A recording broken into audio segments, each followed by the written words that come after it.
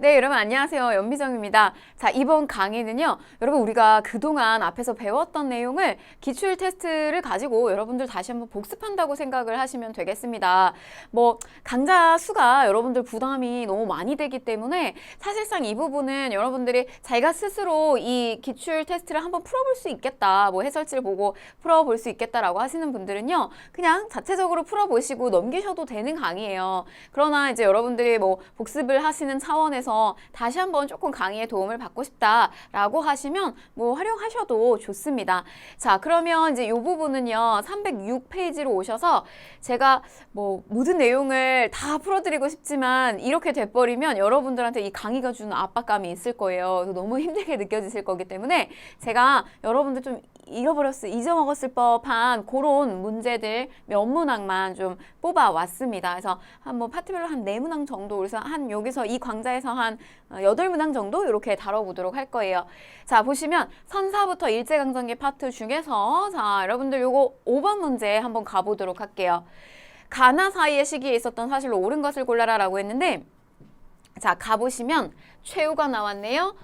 고려시대 파트입니다. 그쵸? 무신집권기 시기구나 이런 걸 우리가 알 수가 있겠죠. 그래서 최후가 왕에게 아래여서 그럼 이제 여러분 우리가 이거를 추측을 해보는 거예요. 자, 최후가 등장했는데 이 부분에서 나올 만한 문제가 뭐가 있을까? 우선은 무신집권 시기 때 굉장히 많은 이 무신들의 기구가 설치가 되잖아요. 근데 그거와 관련해서 최후와 관련해서 문제가 출제가 될 수 있겠죠. 뭐 예를 들면 문신들이 수기하는 서방이랄지 아니면 이제 삼별초 같은 거 이런 것들이 나올 수도 있겠고요. 그 다음에 이제 교정도감이 만약에 나온다면 그거는 최후의 아버지였던 책충원 때부터 시작이 돼서 뭐 최후 시기까지 이렇게 연결이 될 수가 있겠습니다. 이제 그런 것들이 나올 수가 있겠고, 그 다음에 지금 보시면 어떤 그 정치적인 상황, 국제적인 상황에 있어서 지금 최후 집권 시기 때 몽골의 침입을 우리가 맞이하게 됐어요. 이건 고려 역사에서 굉장히 어떤 큰 사건이잖아요. 그래서 지금 요 최후가 지금 내용을 보시면 왕에게 아래어 속히 대전에서 내려와 서쪽 강화로 행차할 것을 청하였다. 왕이 망설이고 선뜻 결정을 하지 못하였다. 망설이고 있죠. 그래서 지금 이 내용은 몽골이 침입했던 때 요거를 보여주고 있는 내용이 되겠습니다. 자, 그러면 이제 나보시면 자, 제신과 추미를 이야기하는 거예요. 자, 제추가 옛 수도로 다시 천도할 것을 회의하고, 이거 여러분들 뭐 까먹으실까봐, 잊어버리셨을까봐 제가 다시 한번 이야기 드리면, 우리 이제 고려에는 이성 육부 체제 그리고 중추원 뭐 어사대 3사 요런 기구가 있었습니다. 그런데 이제 말하자면 이제 중서 문화성에서는요 2품 이상의 제신과 그 다음에 중추원에서는 2품 이상의 추밀이 있었어요. 그래서 고려 같은 경우는 이 제신과 추밀이 굉장히 큰 기능을 하고 있었죠. 그래서 지금 여기 보면 제추가 옛 수도로 다시 천도할 것을 회의하고 뭐 여기에서 제추가 뭔지는 여러분들은 모르셔도 되는데 여러분들 이제 이성육부 그거를 다시 한번 떠올려 보시라고 제가 이제 문제를 풀면서 좀 설명을 드리는 겁니다. 그래서 제추가 옛 수도로 다시 천도할 것을 회의하고 날짜를 정해서 계시하였으나 삼별초감 다른 마음을 품고 따르지 않았다. 자, 그러면 여러분 일단 이 무신들이 집권한 시기를 우리가 떠올려 보게 되면요. 무신정변이 1270에 일어나게 돼요. 그래서 얼마나 유지를 하게 되냐면 100년 정도를 유지를 하게 됩니다. 1270. 그래서 이 시기가 되면요. 왕실 쪽에서 개경으로 환도하는 것을 몽고하고 화의를 하게 되고 몽골하고 화의를 하게 되면서 개경으로 환도하는 걸 결정하는 시점이 돼요. 1270이. 그런데 어떻게 되냐면 1270 이후에 1273까지 누가 계속 반대를 하냐면 이 무신집권 세력이 계속 반대를 하게 됩니다. 그것이 바로 뭐로 이어지냐면 삼별초의 항쟁으로 이루어지게 된다. 그래서 강화도, 그다음에 진도, 제주도로 옮겨가면서 끝까지 삼별초의 항쟁을 이루게 되는 거죠. 하게 되는 거죠. 그럼 지금 가하고 나하고 사이에 있었던 걸 골라라 라는 지금 요 문제이기 때문에 지금 보시면 몽골 침입기부터 요 시기까지의 내용을 골라야 되는구나. 그럼 이게 뭐겠어요, 여러분? 열심히 싸우는, 우리가 몽골의 침입에 대응해서 1차부터 6차까지 계속해서 싸우고 있는 내용들, 이런 것들이 벌어질 가능성이 있는 거죠, 요 안에. 자, 그러면 1번. 인사행정을 담당하던 정방, 인사를 정한다. 정방이 폐지되었다. 이거는 여러분 설치가 된 거는 이제 최우시기 때 설치가 됐지만 저게 정방이 폐지가 되는 거 공민왕 이렇게 잡고 가시면 좋고요. 그거는 이후 상황이죠. 원간섭기. 자, 2번. 만적이 개경에서 신분 해방을 도모하였다라고 했습니다. 저 만적은 누구의 노비죠? 저거는 최충원의 사노비잖아요. 그럼 최후의 아버지 최충원 앞으로 빠져야죠. 자, 3번. 묘청이 중심이 돼서 서경천도를 주장하였다라고 했는데 지금 요 시기 때 무신이 집권을 하고 있는 이 무신정변이 터진 거란 말이죠. 근데 이 무신정변은 누구한테 차별을 많이 받았다? 문벌귀족 세력들한테 차별을 많이 받았다. 그래서 이 문벌귀족들을 쳐내고 지금 이 무신들이 집권을 한 거잖아요. 근데 그 문벌귀족 사회의 동요, 흔들림 이런 걸 보여줬던 두 개의 사건이 이자겸의 난 묘청의 서경천도 운동 이렇게 연결이 되죠. 이자겸의 난 묘청의 서경천도 운동 이게 실패하게 되니까 묘청이 난을 일으키게 됐죠. 앞으로 빠진다는 거 틀렸고 자 4번 정중부 등이 정변을 일으켜서 권력을 장악하였다. 그래서 여러분 이 무신정변은요 정중부의 난이라고도 이야기를 해요. 그래서 뭐 이 그 김부식의 아들이었던 김돈중이 수염 가지고 장난치고 그랬잖아요. 이 정중부의 수염을 가지고. 그래서 이제 화가 났고 그런 것들이 다 누적이 됐죠. 이렇게 무신들에 대한 사별도 심했고 그렇기 때문에 요거는 권력을 장악한 요게 앞으로 들어가게 됩니다. 그래서 틀린 내용이 되겠고요. 정답은 5번이에요. 이거 뭐 여러분들이 공부를 뭐 그냥 잘 하셨으면 앞에 있는 내용을 복습을 잘 하셨으면 어렵지 않은 문제입니다. 그래서 열심히 지금 싸우고 있는 요 시기를 물어보고 있는 거예요. 그때 우리의 이제 문화재 소실이 좀 많이 됐죠. 그래서 보면 그게 황룡사 구축 목탑이 소실이 됐고요. 또 그다음에 우리 거란의 침입을 방어하면서 처음에 만들었던 초조대장경 이것도 불탔잖아요. 그래서 우리가 이 몽골 침입기 때 뭘 하기도 했냐면 다시 만드는 대장경, 제조대장경 이걸 우리가 뭐라고 한다? 팔만대장경 그렇죠? 이런 것들도 만들기도 했다는 거 그런 거 체크하시면 되겠습니다. 그래서 얘는 정답은 5번. 자, 다음 6번 문제 한번 살펴볼게요. 가시대의 경제 상황으로 옳은 것을 골라라라고 했는데 자, 이것은 대동여지도의 일부로 가시대 국제무역항이었던 병난도가 표시가 되어 있습니다. 자, 이 시대의 병난도에서는 특히 송나라. 여러분 이게 중국의 역사하고 우리가 뗄래야 뗄 수가 없어요. 너무 밀접하게 붙어 있잖아요, 나라가. 그래서 특히 우리는 중국의 여러 이제 선진 그리고 선진 문물 그다음에 뭐 이렇게 지배층이 쓰는 사치품이라든지 비단이라든지 약재라든지 뭐 이런 것들 많이 얻었다고요. 서적이라든지. 그래서 송의 상인은 물론 아라비아 상인하고도 교역이 이루어졌다. 병난도를 통해서. 그래서 우리의 나라가 뭐로 알려진 거? 코리아, 고려, 코리아 이렇게 알려지게 됐던 거. 고려시대 얘기하는 겁니다. 병난도. 자, 그러면 1점짜리죠? 자, 그래도 한번 연습하기가 좋으니까 경제 파트라. 자, 1번 보시면 내상, 동네, 내상이에요. 동네 내상. 요거는 부산 일대에 말하자면 일본하고에 가깝게 교류를 하는 곳이죠. 내상이고 위치를 좀 한번 잡아볼게요. 자, 요렇게 내상 왔다 갔다. 그 다음에 이제 만상, 의주의 만상입니다. 그래서 요거는 이제 청나라를 왔다 갔다 하는 그런 이제 사상들을 얘기하는 겁니다. 상인들이죠. 국제무역을 통해서 부를 축적하였다. 이거 언제쯤 이렇게 활발하게 사무역이 성행했던 건요. 조선? 후기 이렇게 볼 수가 있겠고요. 자, 그 다음에 2번 보시면 담배와 면화 등이 상품 작물로 활발하게 재배가 되었다라고 했는데 이게 전반기나 아니면 고려시대까지 뭐 그 앞시기로 가게 되면요. 아직은 이렇게 자급자족하는 거, 그냥 먹고 사는 거, 그리고 뭐 소소하게 파는 거 이런 정도의 수준이지 이렇게 상품화시키는 거, 작물을 상품화시켜서 대대적으로 판매하는 건 이 조선 후기에 가서야 비로소 많이 이루어지게 됩니다. 담배 같은 거 일본으로 또 들어오게 되면서요. 이제 이거는 우리가 일본하고의 뭐 전쟁을 겪고 또 그 이후에 활발하게 또 유입돼서 들어오는 거죠. 조선 후기 때. 자, 그 다음에 이제 3번 보시면 모내기법, 이거 이항법이죠. 모판에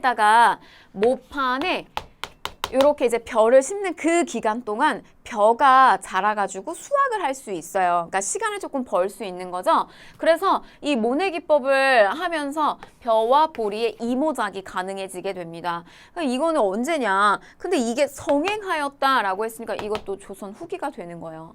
자, 그 다음에 4번 보시면 건원중보가 발행되어서 금속화폐의 통용이 추진되었다라고 했습니다. 건원중보 철전 발행되었다. 그러나 지금 이 화폐가 처음에 나왔을 때는 화폐에 대한 인식이 이걸 어떻게 활용을 해야 되는지에 대한 것이 백성들 잘 인지가 안 됐었어요. 그래서 이게 화폐가 발행은 됐으나 활발하게 유통이 되지 않았거든요.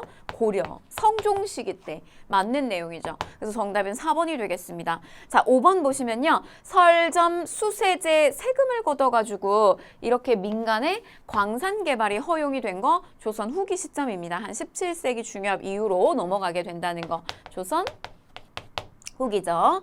그래서 얘는 정답은 4번 이렇게 볼 수가 있겠습니다. 자, 여러분 이거요. 화폐와 관련된 거는 시작과 끝점을 좀 잡아드리면 좋은데 이게 시작은 건원중보 나오지만 유통 안 된, 그러니까 활발하게 유통이 안 된다는 거.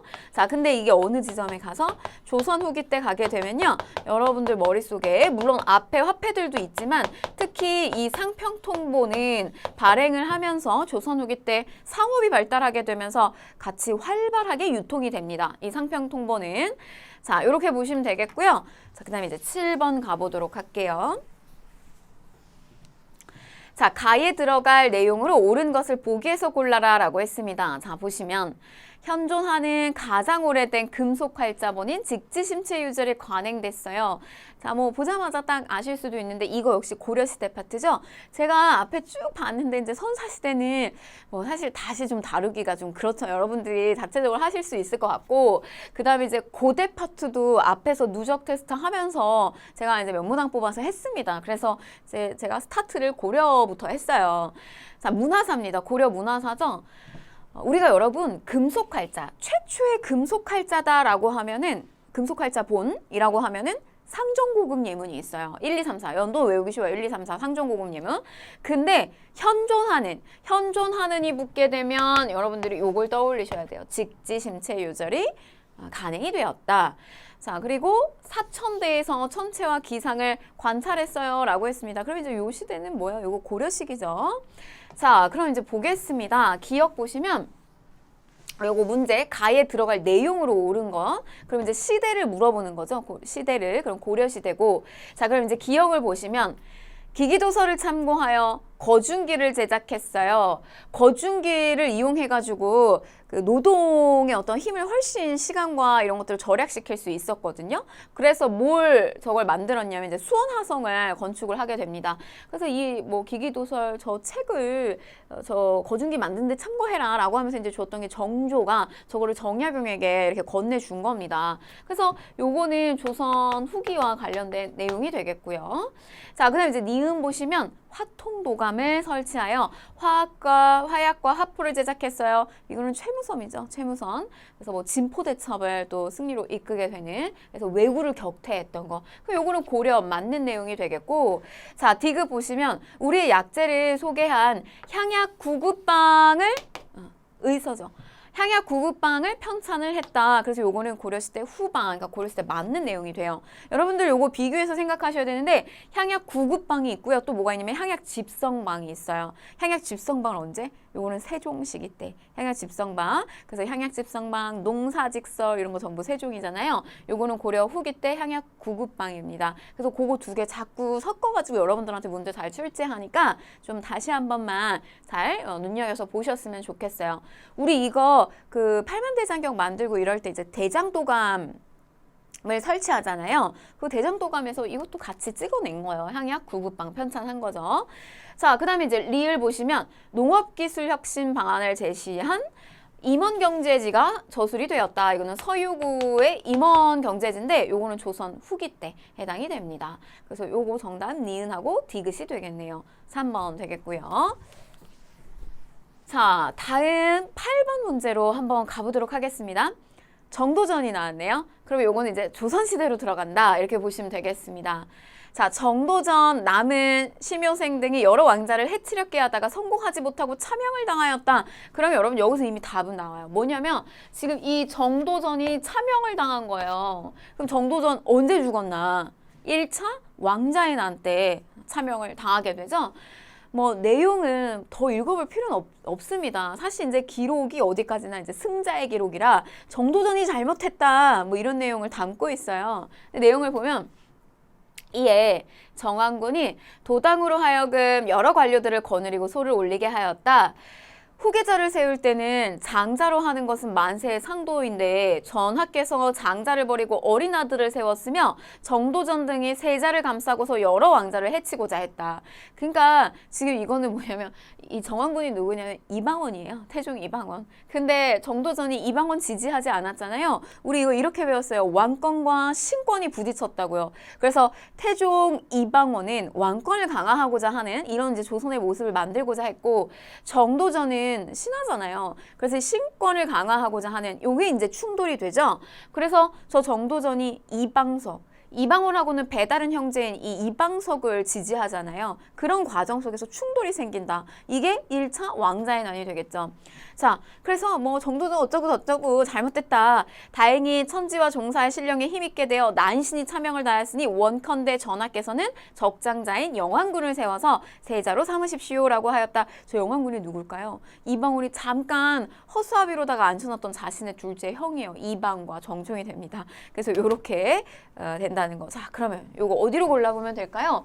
자, 여러분 이거는 1점짜리네요. 여러분들 쉽게 푸실 수 있어요. 근데 제가 뭐 앞에 있는 내용부터 다시 한번 조금 상기시키느라고 이 문제를 뽑아온 거고요.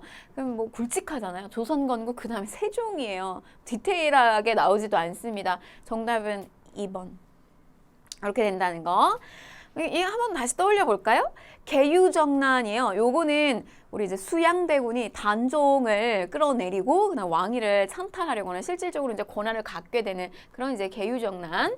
그다음에 이제 경국대전이 발표됐다. 시작점. 경국대전이 만들어진 거는 이제 세조 때 스타트가 되죠. 근데 경국대전 반포, 완성, 성종 이렇게 가셔야 돼요. 그럼 여기는 성종 때.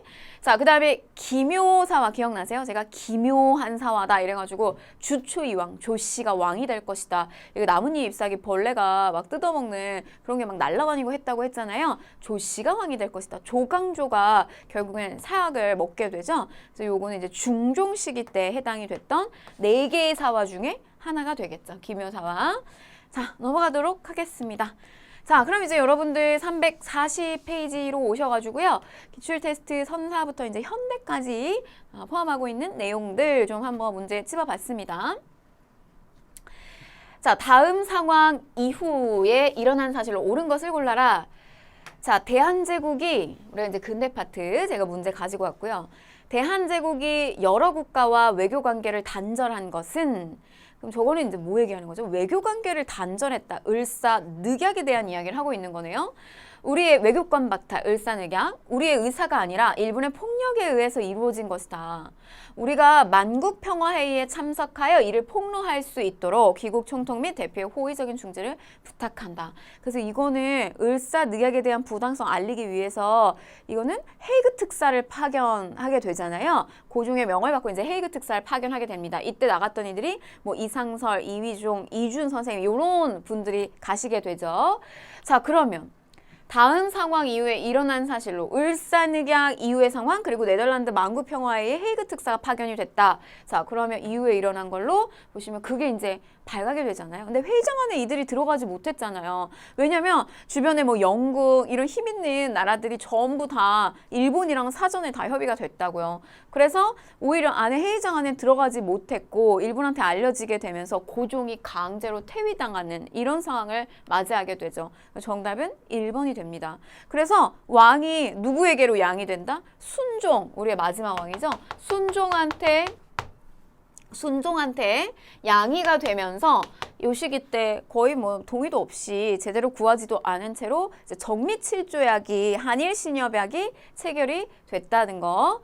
자, 그 다음에 2번 보실게요. 영국이 거문도를 불법적으로 점령하였다. 이게 언제냐면요. 갑신정변 이후의 상황이에요. 그래서 러시아와 영국의 어떤 경쟁 구도 속에서 당시 영국이 불법적으로 우리의 거문도를 또 점령하는 이런 모습들이 보여집니다. 갑신정변이 우리 이모군란이 1882년, 갑신정변 1884년, 그래서 거문도 불법 점령 사건이 1885년 무렵에 이루어지게 됩니다. 우리나라, 일본도 뭐 야유 보이고요. 그 다음에 뭐 청나라, 영국, 러시아 너나 할 것 없이 다 들여다보고 있는, 욕심을 내고 있는 그런 상태라고 보시면 되겠어요. 자, 그 다음에 3번. 구식군인들이 일본 공사관을 습격하였다. 1882년 앞으로 빠지죠. 자, 그 다음에 4번. 우정총국 개국 축하연에서 정변이 일어났다. 이거는 갑신정변에 해당되는 내용이 앞으로 빠지고. 자, 5번 보시면 일본과 미국이 가스라테프트 밀약을 체결해가지고요. 서로 이걸 묵인해주죠. 미국은 일본이 한반도를 지배하는 것을 묵인하고 일본은 미국이 어디 필리핀을 지배하는 것을 묵인해주는 이런 식의 비밀리에 밀약을 체결합니다. 이거를 러일 전쟁을 종결하기 전에 바로 직전에 이거를 체결하는 거죠. 그래서 러일 전쟁 종결, 이 러일 전쟁이 딱 끝나게 되는 포츠머스 조약, 포츠머스 조약이 나오기 바로 직전의 상황에 일본하고 미국이 가스라테프트 밀약을 체결하고요. 그 다음에 제2차 영일동맹을 체결하고요. 그리고 러일 전쟁을 종결시킵니다. 딱 끝내죠. 그래서 포츠머스 조약 요게 나오게 되는 거죠. 그리고 난 다음에 이 러일 전쟁이 끝나고 난 다음에 본격적으로 우리나라 침탈하는 거예요. 그렇게 해서 침탈하는 게 뭐냐면 을사늑약 이렇게 맺는다라고 하는 거죠. 자, 그래서 이제 이거는 뭐 앞으로 들어가야지 맞는 내용이 되겠고요. 자, 다음 이제 18번 문제 보겠습니다. 자, 가시문에 대한 설명으로 옳은 것을 골라라 라고 했는데요. 자, 가창간사, 뭐 그러므로 우리 조정에도 방문국, 제가 뭐라고 했냐면 문자를 박는다. 그래서 저거는 신문 내는 근대 기구다 이렇게 생각하라고 이야기 드렸습니다. 방문국을 설치하고요. 그 이때 새로운 기구들이 많이 나오잖아요. 1883년 방문국, 전환국 돈 나오는 곳이죠. 뭐 기기창 이런 거 나오죠. 그래서 이걸 설치하고 관리를 두어서 외국 소식을 폭넓게 번역하고 아울러서 국내에까지 실어서 나라 안에 알리는 동시에 여러 나라에 파문하기로 하였다. 중국과 서양의 관보 신보를 우편으로 교신하는 것도 뭐 이런 뜻이다. 그래서 이거는 관보를 내는 거잖아요. 이 방문국에서. 근데 지금 요 내용을 보게 되면요. 방문국을 처음 이제 설치하고 찍어낸 신문이니까 얘는 한성 순보 이렇게 볼 수가 있겠죠. 자, 그럼 이제 볼게요. 가신문에 대한 설명 1번 의병운동을 호의적으로 보도하였다라고 했는데 이게 여러분 여러분 이제 뭐 해설지나 이런 거 보시면 뭐 대한매일신보 뭐 이렇게도 되어 있어요. 근데 되어 있는데 일단 지금 이 시점이 우리나라가 그 최초의 의병으로 보는 것이 이제 을미의병이거든요. 근데 우리가 을미의병이 발생한 걸 생각해 보면 요 연도를 여러분 기억하실까요? 1896 제가 굴욕스러운 연도다 이러면서 굴욕했는데 뭐가 그렇게 굴욕스럽느냐? 요 앞에 1895년에요. 을미 사변, 명성황후시의 사건이 일어나요. 근데 두렵죠. 고종이 두렵죠. 그래서 이제 궁궐을 떠나고 러시아 공사관으로 몸을 피신하게 된 아관파천이 발생을 하게 됩니다. 이게 1896이에요. 그래서 지금 저 의병운동, 이 을미사병, 단발령 이런 거 가지고 일어났던 게 을미의병이잖아요. 그 을미의병이 일어났던 시점이 이 시점이라고요. 그러면 안 맞죠. 이 한성순보. 한성순보는 뭐 갑신정변 터지고 나면서 얘는 없어집니다. 이런 것들 관보는. 자, 1번 보실게요. 의병운동을 호의적으로 보도하였다. 전 대한매일신보 쪽에 가깝습니다. 그렇게 또 연결하셔도 되고요. 자, 2번 보시면 시일야 방성대곡이라고 하는 논설을 실었다. 이거는 황성신문이에요. 장지연의 황성신문. 그래서 이날을 소리내서 목을 놓아서 통곡한다. 을사늑약에 대해서 통곡하는 거죠. 황성신문.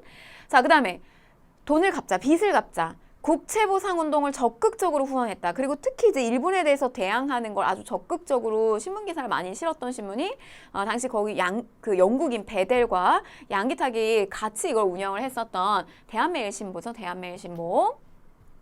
4번. 정부의 지원을 받았으며 영문으로도 발행이 되었다라고 했습니다. 그래서 이제 영문판을 통해 가지고 해외에 우리나라의 상황을 알릴 수 있었던 신문, 독립신문 이렇게 떠올리시면 되겠고요. 정답은 5번이 되겠습니다. 순한문신문으로 열흘마다 순보예요. 열흘마다 발행하는 것이 원칙이었다. 이렇게 찾으시면 되겠죠. 자, 다음 19번 가보겠습니다. 자, 가마에서 있었던 사실로 옳은 것을 골라라라고 했는데 뭐 이제 보셔야겠죠? 요 답사계획서에 우리가 위치를 좀 한번 보시고 뭐 러시아 공사관, 아간 파천 뭐 이런 거 떠올릴 수도 있고요. 그다음에 이제 석조전 이것은 이제 뭐 미소 공동위원회가 여기서 열렸습니다. 현대사. 그다음에 중명전, 덕수궁 중명전인데 지금 보면 여기 덕수궁이 이렇게 떨어져 있잖아요. 여기가 위치가 저기를 완전히 다 장악을 해서 겁박을 줘서 고종을 겁박시켜가지고 여기에 뭘 체결시키냐면 을사늑약을 체결시켰던 장소이기도 하죠. 또 손탁 호텔, 그 다음에 환구단 터. 여기는 뭐 환구단이라고 하는 거를 이제 별도로 만들어가지고 원래 중국에서 이제 이런 황제들이 즉위할 수 있는 즉위식을 거행할 수 있는 곳인데 우리도 만든 거예요. 언제? 아관파천을 하고 난 다음에 다시 돌아와서 우리가 대한제국을 선포하면서 고종이 여기에서 황제 즉위식을 거행을 하게 됩니다. 자, 그럼 한번 보실게요. 옳은 거. 가. 이모군란 때 구식군인들의 습격이 있었다라고 했는데 그건 이제 선해청 뭐 이런 거 떠올리시면 됩니다. 선해청 도봉소 사건 뭐 이런 거. 자, 2번 나 제1차 미소공동위원회가 개최가 되었다. 이건 이제 덕수궁 석조전에서 개최가 된 거죠. 자, 그 다음에 은세계 치악산 등의 신극이 공연이 되었다라고 했는데 이거는 원각사에 해당이 됩니다. 자, 그 다음에 라 일본 낭인들이 명성황후를 시해하였다. 이건 덕수궁 아니고 경복궁이에요. 마, 대한제국 황제 즉위식이 거행되었다. 그래서 이게 정답이 되겠습니다. 이 황제 즉위식이 거행되었다라고 하는 걸 여러분 만약에 덕수궁에서 했다, 뭐 경복궁에서 했다 이렇게 가면 틀린 이야기가 돼요. 저거는 이제 환구단이라고 하는 것을 별도로 만들어서 여기에서 즉위식을 거행을 했습니다. 이렇게 다시 한번 짚고요. 자, 다음 20번 문제 한번 가볼게요. 자, 가마단체에 대한 설명으로 옳은 것을 골라라라고 했습니다. 자, 이제 일제강점기 파트, 독립운동사 파트로 다시 한번 정리하는 건데요. 자, 보시면 간민회, 간민회는 뭐 밭을 간다 이런 의미도 있어요. 근데 우리가 여러분들 저걸 이제 북간도일 때 간민회라고 하는 조직체는 이제 북간도일 텐데 이게 이제 1910년 무렵에요. 이 당시 북간도나 그다음에 이제 서간도나 이런 데일 때 많은 우리의 백성들이 거기에 가서 터를 잡아서 생활을 하고 했단 말이죠. 그래서 만약에 최초의 이런 자치기구가 성립이 됐다, 설치가 됐다라고 하면 밭을 갈고 공부도 하고 민족교육도 하고 했던 경학사 이게 있죠. 경학사. 요거는 이제 서간도에 있고 간민회는 북간도에 있고요. 근데 이 경학사가 재정적으로 많이 문제 부딪혀요. 그래서 이게 잠깐 없어지고 다시 체제를 개편하게 되면서 부민단 뭐 이런 식으로 계승해서 부민단. 요거는 서간도일 때죠. 서간도. 자, 그 다음에 신한청년당 여기에서 김규식을 파리강화회의에 파견을 하게 되죠. 그래서 요거는 상하이에 해당이 됩니다. 상하이. 자, 그 다음에 대한인국민회 저건 어디예요, 여러분? 샌프란시스코. 그래서 장인한 전명훈이 이 망언을 하고 돌아다니는 스티븐스, 우리나라 외교고문으로 왔었죠. 이 스티븐스를 사살하는 것이 계기가 되면서 저 대한인국민회가 또 형성이 됐습니다. 샌프란시스코라는 거. 자, 그 다음에 대한광복군 정부예요. 대한광복군 정부.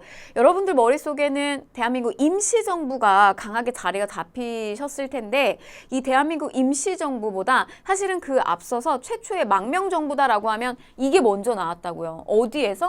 연해주에서.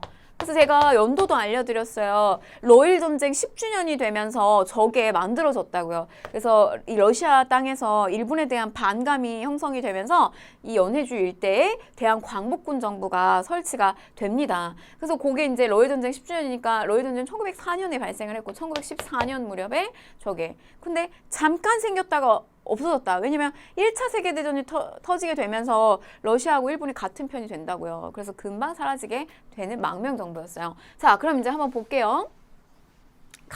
샌프란시스코에 중앙총회를 두었다라고 했습니다. 뭐 이런 거 이제 대한인 국민회 이런 게 해당이 되겠고요.